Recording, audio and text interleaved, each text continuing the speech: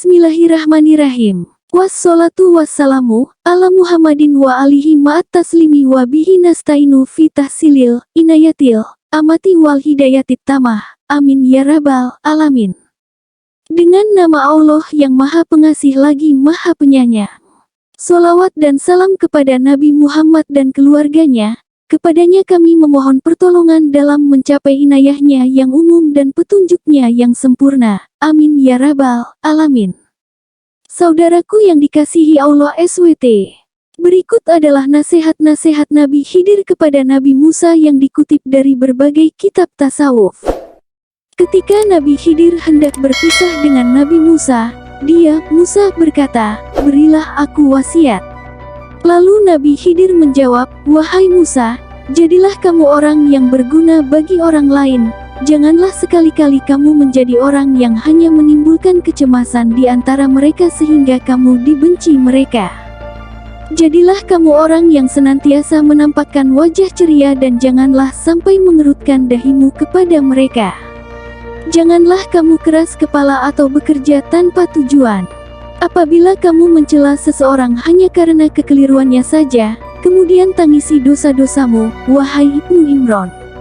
Al-Bidayah wan Nihayah Juz Hal 329 dan Ihya Ulumuddin Juz 4 Hal 56. Diriwayatkan bahwa setelah Nabi Khidir akan meninggalkan Nabi Musa, Khidir berpesan kepadanya, "Wahai Musa, pelajarilah ilmu-ilmu kebenaran agar kamu dapat mengerti apa yang belum kamu pahami, tetapi janganlah sampai kamu jadikan ilmu-ilmu hanya sebagai bahan omong kosong belaka, berdebat." Riwayat Ibnu Abi Hatim dan Ibnu Asakir.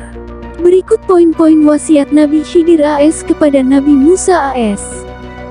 1. Wahai Musa, sesungguhnya orang yang selalu memberi nasihat itu tidak pernah merasa jemu seperti kejemuan orang-orang yang mendengarkan.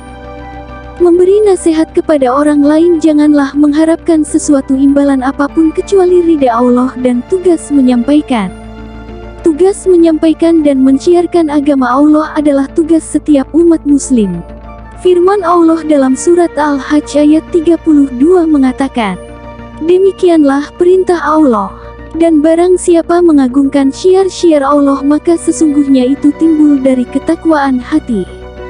Dan kita sendiri jangan merasa bosan-bosan untuk mendengarkan para pendakwah itu, karena hal itu termasuk talabul ilmi yang diwajibkan pada setiap muslim, walaupun ilmunya banyak. 2. Maka janganlah kamu berlama-lama dalam menasehati kaummu. Berilah nasihat singkat, padat, berisi dan yang penting tidak membosankan. Dan ketahuilah bahwa hatimu itu ibarat sebuah bejana yang harus kamu rawat dan pelihara dari hal-hal yang bisa memecahkannya.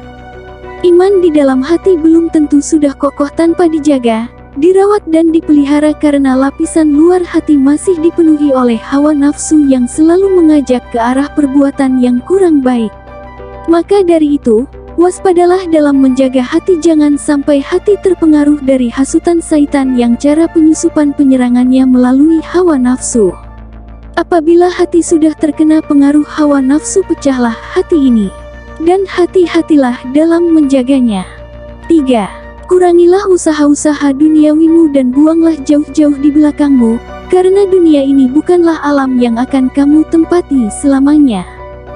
Dunia yang kita tempati ini tidaklah selamanya kita tempati dan setelah selesai hidup kita pun pindah di alam lain. Maka kumpulkan amal kebajikan untuk modal menuai di akhirat nanti. Jangan buang-buang masa. Tanamlah amalmu untuk menggapai kebahagiaan di alam akhirat. Apabila tidak ditanami amal kebajikan, apa yang diambil di sana kita akan rugi di dunia dan di akhirat. Waktu kita di dunia hanya sebentar, tidaklah lama sebagaimana keterangan surat An-Naziyat ayat 46. Pada hari mereka melihat hari kebangkitan itu, mereka merasa seakan-akan tidak tinggal di dunia, melainkan sebentar saja di waktu sore atau di pagi hari. 4. Kamu diciptakan adalah untuk mencari tabungan pahala-pahala akhirat nanti. Semua makhluk yang bernama manusia beramar ma'ruf nahi munkar.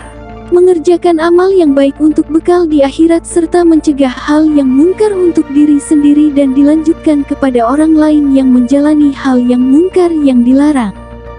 5. Bersikap ikhlaslah dan bersabar hati menghadapi kemaksiatan yang dilakukan kaummu.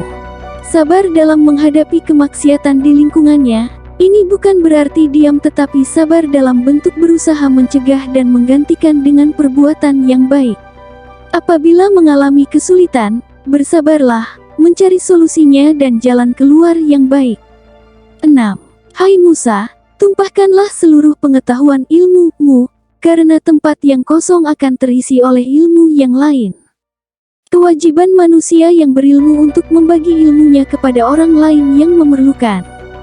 Bukan ilmu yang diberikan kepada orang lain itu habis tetapi malah sebaliknya justru bertambah banyak. Apa sebabnya? Karena ilmu yang kita berikan kepada orang lain dengan ikhlas dan ridha, Allah pun ridha menambah ilmunya kepada orang tersebut. 7. Janganlah kamu banyak membicarakan ilmumu itu, karena akan dipisahkan oleh kaum ulama.